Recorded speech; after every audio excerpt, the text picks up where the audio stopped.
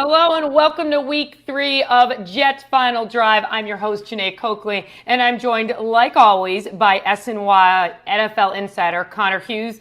And today we are joined by SNY analyst Aaron Rodgers. We got the double Connor, so this must be a very big show. Thanks for joining us, Aaron Rodgers. I'm glad to be Connor here. Square. You know, a couple times a year you get the double Connor content on SNY, so let's make it happen, especially after a big Jets win. Exactly, and as you said, Connor, it was a huge win. I mean, Jets fans have waited since 2015. That was the last time the Jets have beaten the Patriots at MetLife Stadium. They won 24-3, and Aaron Rodgers looked like Aaron Rodgers from 5 years ago. He dismantled the Patriots defense. I mean, besides a potential scary injury to Morgan Moses, everything looked amazing. The Jets offense had more than 400 total yards of offense. And then the defense, let's talk about the defense. They had 7 sacks and a turnover. Connor Hughes, I'm going to start with you because you were there with me. Was that the best Jets win in recent memory? No, it wasn't. I mean, at the end of the day, this is a week 3 game that in the grand scheme of things is going to mean absolutely nothing.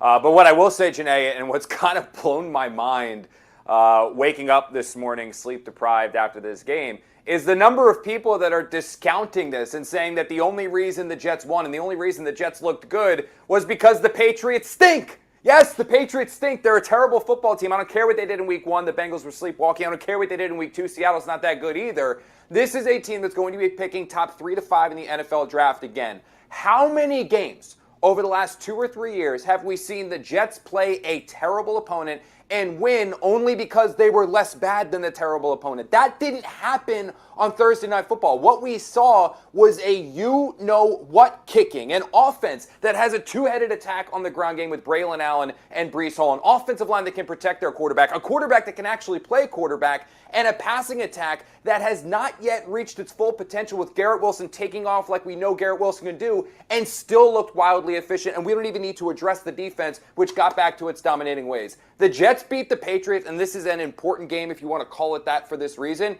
because they are finally a good football team with good players on both sides of the ball. And when they play bad opponents, they're not just going to beat them because they're not as bad. They're going to beat them because they're better, and that's exactly what we saw in prime time.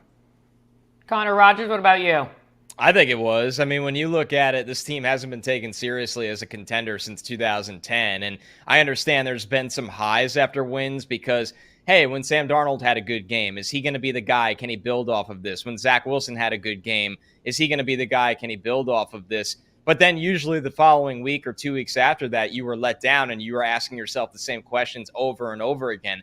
Now this is about winning. It's not about player development at the quarterback position. It's not about baby steps. It's not about building something. So hopefully in 2 years or 3 years, you can be a contender. It's about showing that you're for real in this conference right now. And yeah, they lost to maybe the best team or one of the best teams in football week 1 on the road against San Francisco, which it's a preseason ramp up almost at that point. I'm not discrediting it. It was a bad Jets loss, but they took care of business against the Titans. Then they had that dominant win on their home opener against New England where we're not asking ourselves, is this guy the quarterback? Aaron Rodgers has been an MVP of this league how many times? They have an MVP caliber quarterback. They have a great offensive line. They have a lot of balance between the run and pass. And the defense is answering questions now despite dealing with a lot of injuries on a short week. No C.J. Mosley, Jermaine Johnson's out for the year, and guys stepped up. So to me, yeah, this is the biggest win in recent memory because it's about what lies ahead. This offense should only get better. This defense is going to figure some things out. Maybe they could actually figure out how to get Hassan Reddick back here as well. And then I'll proudly call them one of the best teams in the AFC after a few more wins. And Aaron Rodgers kind of Sorry, I was going to say, and Aaron Rodgers pretty much said, winning has to be a consistency. We got to keep winning.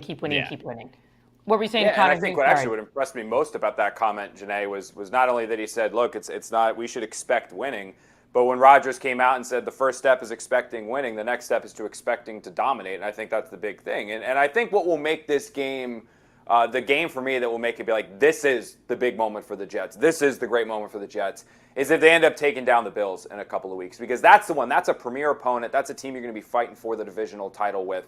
If they can beat them, that will be the moment. For me, this just wasn't it, because I know the Patriots stink, but that doesn't discount what the Jets did. Yeah, but that stadium was rocking last night, Connor, as you know. All right, let's move on to Aaron Rodgers because he's been the key. Like you said, Jets fans, and we got to see what this Jets offense can do with an MVP quarterback. All right, he threw to 8 different receivers. The Jets did run the ball over 30 times for over 130 yards, but did last night's game show the Jets should run a pass-first style offense? Connor, Rodgers, start with you.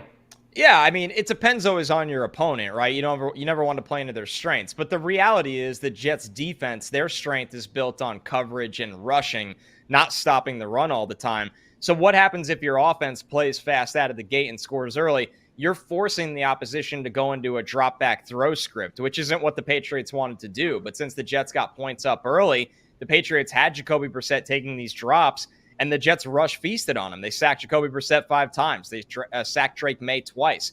They were making plays all over the field, and Patriots could not establish any rhythm in the run game at all. So while you sit there and go, well, it depends on the matchup, sometimes it does. But yes, this team should go throw heavy if it gives them their best chance to score early, because that's setting up their own defense for success. And they have the horses to be a throw team. Mike Williams looks awesome already coming off the ACL. He's making some big catches. We know what Garrett Wilson can do. Allen Lazard is rejuvenated. That's the best I've ever seen from Tyler Conklin last night. And Conklin's a guy that gets involved when Rodgers' mobility gets involved because they drift to the sideline together. And then what more needs to be said about Braylon Allen and Breece Hall, not only in the run game, but their ability in the pass game as well. So the short answer is, yeah, the Jets should be an aggressive team on offense because that only allows their defense to be more aggressive, and that's when they're at their best. And that too, good. Connor Rodgers mentioned there about Tyler Conklin. I mean, as teams play the cover two, the Mel Kiper's vaunted cover two, and they start spreading that to worry about Garrett Wilson and Mike Williams on either side, all that's going to do is open up down the seam Conklin all day. I mean, that's going to be there literally every single week for the Jets. But can we just pause for like one quick second, guys, and realize what we're talking about here in 2024, that this is actually a conversation that we are having of should the Jets be a pass-first team or should the Jets be a run-first team? Do we realize the Jets can do both now? Like I don't want to forget, like Garrett Wilson laughed about this in the locker room, and truly it's a funny topic to think about how far this team has come. Rodgers, you've seen this, I've seen this. Since 2014, we used to cover games where the Jets couldn't do anything. They couldn't run the ball, they couldn't block, they couldn't throw, they couldn't do any of it. It was It like, looked can like they the win in Patriots spite team of their yesterday. offense? Right, that's right, Jeane. Yeah, can they win in spite of their offense? Can they just keep this to one possession and pray that something breaks their way, they can get a ball that bounces? Now suddenly, yeah, they can attack the team on the ground with their two-headed attack. They can attack the team on so many different levels in the passing game because they have guys down the seam like Conklin, Mike Williams, Garrett Wilson, who, again, we haven't even seen truly break out. Allen Lazard rejuvenated. We're going to start to see Xavier Gibson more as well. Jeremy Ruckert even got involved against the Patriots. The Jets are becoming a complete team, which I know is an alien concept for people to hear, and fans might like twitch a little bit when they start to think this is actually possible. But this is really the day and age we're living in with the Jets right now, where we're sitting on this show debating what should the Jets do to attack a defense. I want everyone to remember there was a time like 7 months ago where the Jets couldn't attack anybody, and now they have so many different ways they can do it. They just need their quarterback. But we talked about Tyler Conklin. Can we just get him a touchdown, please? Please, just get this man he's not a allowed. touchdown. I joked with him in the locker room about that, actually. I went in, I tapped him on the shoulder. I was like, dude, you know you're not allowed to score, right? And he goes, man, I really thought I was getting one tonight. So he was cracking up. But almost 100 yards, career high 93. He's like, can I get 7 more yards, at least to get 100 yards and miss it? Anyway, let's move on. Because Connor Hughes, in the press box where we watched the game, we watched it on TV, we saw this one shot, and I'm sure it's all over social media, where after the second touchdown, Coach Saleh went to hug Aaron Rodgers. Aaron kind of pushed him away, had quite the eye glare, let me tell you. Are things cool between the two of them? They joked it off after the game. I mean, you see it right here. What do you think, Connor? So the thing about Aaron Rodgers when you get to know him is that he is fiercely competitive. I mean, he has no problem to anybody MFing them and telling them off just like he would players that aren't doing their jobs, coaches that aren't doing their jobs, anything like that. That's the type of person that he is. From my understanding, Robert Saleh has been on his Rodgers about finally getting this defense a 2-score lead. That that his whole thing is that we brought you in here. We want the 2-score lead so we can unleash Will McDonald, unleash Tack McKinley, unleash our pass rush, and not have to worry about the run, make a team one-dimensional. We haven't seen that yet since basically Robert Saleh has been this team's head coach. So that, from what I understand and from what I've been told on and off the record, was Aaron coming up to Saleh, pushing him away and be like, there's your MF and 2-score lead. What are you going to do with it? Like, that's what it was. Now, I'm not a lip reader. I don't know if that's actually what was said. I don't know if that's PR. I guess we'll find out later on. But that is the story the Jets are sticking to. And at least right now when they're winning, it's all fine and dandy to believe it. Yeah, I think when you look at the moment, it did seem really intense. But if you go back in time and look at Aaron Rodgers in games like this, he has a habit of looking – the best way I can compare, especially for Mets fans, is it's like when Max Scherzer would pitch and nobody would go near him during a start. It's just that he's so locked in. And I think Saleh's a guy that is used to celebrating big moments. And something that stood out to me last night, and Connor, you brought this up in the presser, how they spoke about expectations. A lot of guys would have a big player score, and it was back to business. Garrett Wilson scored his touchdown. He handed the ball to the ref, and he ran right to the bench. They expect this. And I think Saleh, who has been through a lot over the years, it just felt like all the joy burst out at once. And for Rodgers, it was more of, no, we have a lot of work left to do, and we're not done here, and I'm not going to live in this moment. I'm already thinking about the next drive and what adjustments they're going to make and how I'm going to attack that. It's because he's one of the greatest quarterbacks of all time. While normally the human emotion is to kind of cherish that moment. So I think the overreactions were insane to it, but it's Aaron Rodgers. So anytime he's on television, the reactions are going to be pretty wild. And I think at the end of the day, it also showed a side of him that almost challenged Robert Saleh and said, we're doing our job. You're in charge of the defense with Jeff Ulbrich. Now go do yours. We did what you asked of us. Go do yours, and we're going to keep answering the bell. And everybody answered the bell last night. All right, well, that's a great segue. Connor, Connor touched upon this really, really well, is that, Robert Saleh, he's gotten a lot of criticism on radio stations, podcasts from the fan base about not being more emotionally charged on the sideline, that when things are going bad, he's kind of just pacing back and forth. He's not screaming and yelling. They all want to know where the screamer yeller from San Francisco is. I've talked to Robert about this multiple times, and he said, dude, I scream and yell when things go well. I'm not a big screamer or yeller when they're not. We haven't had too many things to be super happy about. And I think in that moment for Robert, it's hard to put into words just how much pressure this regime has been under from ownership, from players, things not going their way, the fan base, being told they suck and they're no good, believing they are good. They're just one piece, the quarterback, away from truly reaching their potential. I think what you saw a little bit there against San Francisco, and then you saw more against the Titans, and then you really saw it against the Patriots, even if they are not any good, was it all coming together where you have the offense that is scoring 3 touchdowns in a third consecutive game to begin this season for the first time maybe since the Lincoln administration. Then you have a defense that's being ferocious and attacking, and it all coming together, and that joy, sorry, my mom's calling me. I thought it was going to be our producer, Jeff, and being like, what's he worried? Like, did I lose my mic? Did I lose my audio? Something like that. I was like, no, it's just my mom. So it was like one of these things where... Say hello to your mom. Yeah. Sorry. Yeah, real invigorating TV here. It all finally coming together, and that emotion coming out of Robert, and Aaron pretty much being like locked in, no, job's not finished yet. No, we're not done yet. Yeah, we're up, but that doesn't mean anything right now. And that's a good thing to have. That's a good thing. I know people are going to, anything Aaron does, they're going to jump on him and want to drag him through the mud. This is not one of those things to drag him through the mud. It's a fiercely competitive person being fiercely competitive. I mean, we all saw the Michael Jordan document. I'm going to go back to that. You saw how fiercely competitive and how he acted. So that's just the way it is. All right, let's talk about the defense because, again, for the first time they were playing with that 2-touchdown score, in a long time. They were without Jermaine Johnson. They were without C.J. Mosley, but they still held this Patriots offense to 3 points. For you, who stood out to you, Connor Rodgers, on the defensive end, on the defensive side?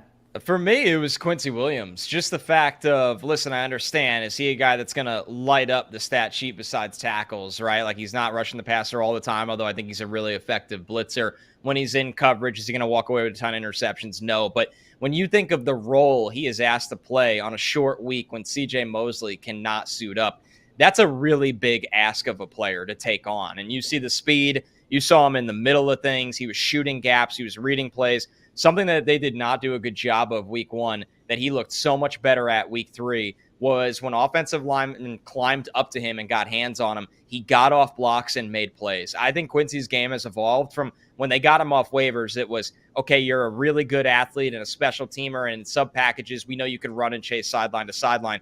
Now he's developed into an all-pro player that can cover. He can blitz downhill. He could stop the run with his mind and his athleticism. That's the key of playing a linebacker. If you see it before it develops and you have the top-end speed that he has, you're going to make explosive plays in the backfield. Quincy Williams has been a star for this team, and he had a really big night when they needed to shut down Ramondre Stevenson, who ended up having a terrible game for the Patriots. He actually had a really big night, Connor, when he showed up for player arrivals and had a dinosaur man bag. I don't know what people. He's a character. Yeah, I don't know what they're calling them now, but like that was awesome. Like that, I got to find him in the locker room. Connor, do not get any ideas. You're not putting one on. You're not doing that for your work. Yes, I am. I'm just giving you a heads up. There's a dinosaur man bag out there. Dude, I don't wear the Supreme satchels and like. Wait till you see the price tag on it, and then you'll see how it goes. That's the problem. I might see if I can't get it used. By the way, your mom was calling and saying, "Let's wrap this up, Connor." Yeah, let's drop the comma. All right, so here's mine. I'm not going with a player. I'm not going with anything other than this. Aaron Wycott, the Jets defensive line coach, deserves so much more credit than he is getting. We know that he turned Quinnen Williams into an all-pro. We know that Aaron turned Jermaine Johnson into a Pro Bowler. But it just feels like in this revolving door of defensive linemen that come into the Jets meeting room and they come out of the Jets defensive meeting room, every single one of these players is maximizing their potential inside the Jets building. And the reason why they're doing that, aside from their skill set, is because of the coaching and tutelage they are getting. And White Cotton is not getting enough credit for the job that he is doing. And again, I'm not talking about the stars. I'm talking about guys like Sheldon Rankins, who comes in here as a first-round cast-off, has a really, really good season, and then cashes in again. Remember Nathan Shepard, how he was going to be a bust and out of the league? He got a second contract simply because of what Aaron White Cotton was able to develop him. It's just player after player. The three undrafted guys, two of which now with Taylor and Braden McGregor playing key roles on this defensive front. But the biggest testament to what White Cotton has done, it is the ball of clay that was handed to him last year in Will McDonald, a 230-pound defensive end who was thought to maybe be a situational pass rusher, who now, because Johnson is out, is stepping in and filling into a starting role. And Connor, he's second in the NFL right now in sacks. But maybe most impressive from what I saw from McDonald last night, and he's never going to be an elite level run stuffer. He's never going to be Aiden Hutchinson. He's never going to be Bosa. He's never going to be one of those guys.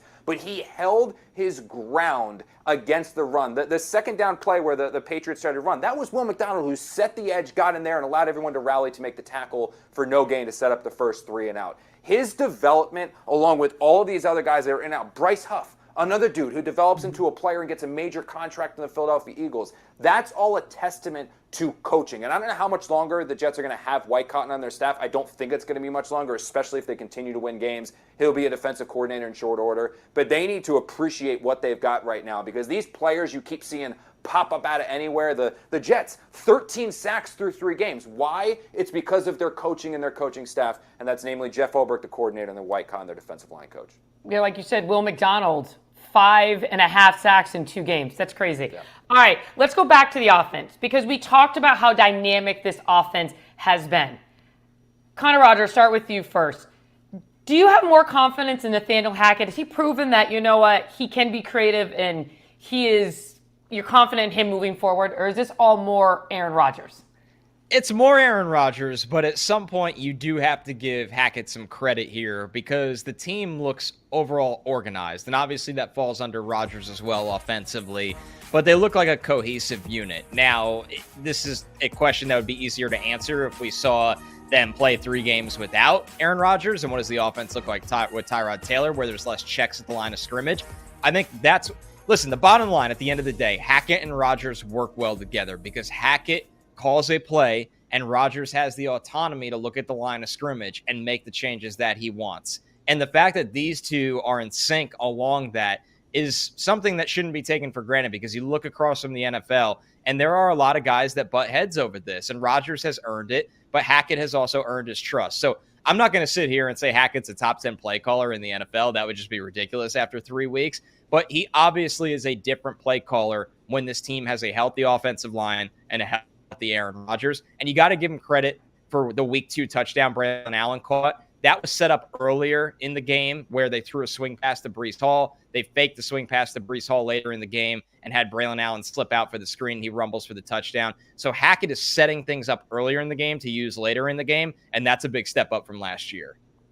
And his personnel deployment too, Connor. I think that's what's been the most encouraging thing that I've seen from Nate so far this year. I mean, I'm not sure last year if the Jets had Braylon Allen or they had a legit, I mean, heck, they had Dalvin Cook, who we thought was pretty solid. They never found a way to even try to use Breece Hall and Dalvin Cook at the same time. And now we have all of these formations that have both Allen and Hall out there. But it's not even just that. It's Breece Hall on the first. It's not like they're just running Breece Hall into the ground. Oh, he's coughing up a lung on the sideline. Let's send somebody else out there for a breather. It's one series of Breece Hall, one series of Braylon Allen. They realize and have realized that they've got a pretty damn good player there in Allen, so they're now working him into the offense. They're using him. The first possession that the Jets go out there when they went down the field before the holding drive thwarted that offense, it wasn't your traditional wide receiver outside, Xavier Gibson in the slot.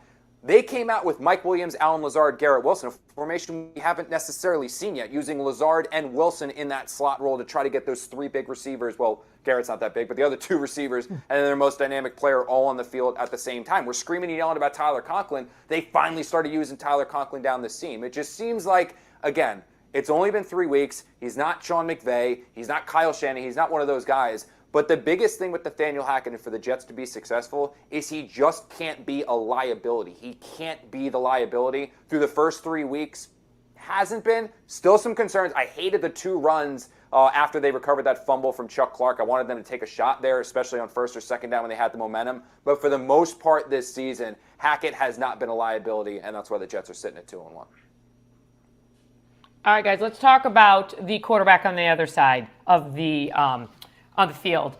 We got a glimpse of Drake Maye, just a little bit, all right? Now, we said earlier in the show, the Patriots had dominated the Jets. They had not won at MetLife Stadium since 2015, the Jets. Is this a rivalry that will get back now with Drake Maye coming in, or are they just too far off now that Rodgers, you know what I'm saying? Do you get the question? Yeah, I think. Go ahead, Connor. You can go, Connor, sorry. I think when it comes down to it, the timelines are a little weird, right? Rodgers is here this year. It sounds like, and things could always change on a whim, but it sounds like he'll be here next year.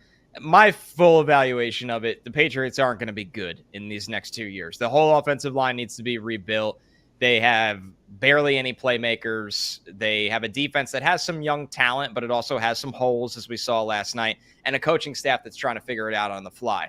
So where this will get interesting, again, to me, is 2 years from now. Let's say Aaron Rodgers retires. The Jets have a new direction at quarterback, and Drake Maye is maybe taking some steps forward. They wanted this to be a redshirt year for Drake Maye. It's just gotten so bad that he got into that game last night. They really didn't want to play him this year. So really you're looking at Drake Maye year 3 is when they expect things from him, and the Jets will have a different quarterback under center. Then it feels like this will be a little bit closer of a battle. But honestly, it feels like the pendulum has swung way too far the other way. I think the Jets are just going to dominate these 4 games or the 3 games they have left over the next 2 years.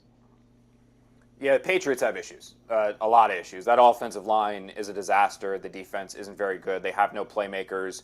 And the quarterback is considered a developmental project. I mean, he's not just sitting because he's on the Patriots and the Patriots have nothing around him. He's sitting because Drake Maye needs time to develop. I talked to multiple people going into the draft just talking about Maye because he was a consideration for the Giants, the other team that I cover, so I wanted to know about him. And everyone said he's a guy who's best if he's allowed to sit for a year. The Patriots are going to be bad for a while, and it's going to be a minute or two before they're a legitimate team. They're in the process of basement. Maybe you start stealing some games, then maybe you're in the playoff discussion, then maybe you get the playoffs and you get there. I mean, we're probably talking about 4 or 5 years before the Patriots, if everything goes their way, are a legitimate contender within the AFC East and the AFC again. You'd love to see the rivalry back. You'd love to see 2 sides absolutely hate each other. But I think more of what you're going to see with that is probably going to be, at least in the short term, between the Jets and the Bills. Because the Bills are still a team that's built to be a legitimate contender right now. And the Jets are right now built to be a legitimate contender right now, where those 2 teams, 2 just bulldogs going at it twice, potentially 3 times this year, is going to be a lot more fun to watch than anything that's going to happen between Jets and Patriots over the next 2 or 3 seasons. I can definitely tell you that Jets fans are pretty excited that the Patriots, they get to beat up on the Patriots for a little longer. Yeah, they stink. They're bad. And I love the people in my mentions too, Jeane, this morning. They were like, dude, didn't you see the first game against Joe Burrow and the Bengals? Like, yeah, if that tight end doesn't fumble going into the end zone, they probably lose that game. Yeah, credit to them. They kept things close against Seattle. But this, to me, with New England, just feels like that initial burst that you get when you get a new coach and some new blood and whatever, and then they kind of regress to the mean. And it's going to start going like this and this and this and this. Remember, when the Jaguars drafted Trevor Lawrence the year before, they won their opener and then lost their next 15. So it would not surprise. I don't know if the Patriots are going to lose their next 15, but I do think that this is going to be a long, long year for New England. But like I said earlier, it almost felt like the roles were reversed. Like when I watch it, it's usually the Jets that were the Patriots and the Patriots were the Jets. What was funny, Jeane, was literally sitting there during the game last night, and the number of family and friends that hit me up and blew up my phone that were like, hey, I just wanted to check in on you. Like, do you know how to handle this? Like, that's a real offense on. Do you know what to do? Like, are you okay? Like, I just watched Aaron Rodgers do something that you haven't seen. Like, do you know what to do? Because they all know. Like, now my wife's family and my friends, I'm from South Jersey. My friends are all Eagle fans. Like, a lot of my family are Giant fans. Like, they don't have a tie to the Jets. They just know the collateral damage and just the humiliating at times it's been having to cover this team as they tried to figure out football. For where they are now, it's a new day and age, and I'm still getting used to it. But I sent this tweet off last night. It's true, and Connor, you might feel exactly the same way. This was the first time in a while that the job I cover the NFL, so it's always fun, but the job really felt fun. Like you were watching a fun football team do fun things, and it's so much more entertaining, so much more enjoyable compared to what it's been like. Yeah, the fans are into it. The stadium's packed with Jet fans, not the opposition's fans. Anytime Aaron Rodgers is on the field, it's must-watch TV. They have playmakers. They have energy. The new uniforms look great, so much better than that awful era that just always reminds me of the Adam Gase era. Thank God they flushed those as soon as they could. It's just better times ahead, and those better times, honestly, to me, started last night on Thursday Night Football. And Connor Rodgers, real quick, what was it like in the studio watching with Bart and Willie? Because they've been part of some of the games that, are on the opposite side.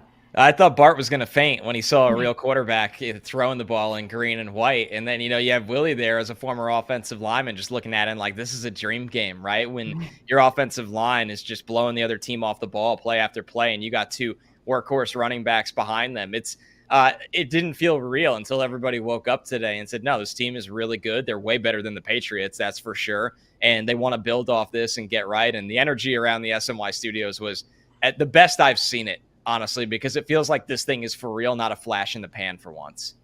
All right, I was just going to say, that was my spot. 3 words, man. The Jets are real. Like, the Jets are good. The Jets are real. The Jets are good. Like, I know fans are tortured. I get it. I know why you don't want to believe. I'm telling you, believe. Like, not even a Connor. Well, I'm not going to go that far because I do have a tendency to jinx a lot of things.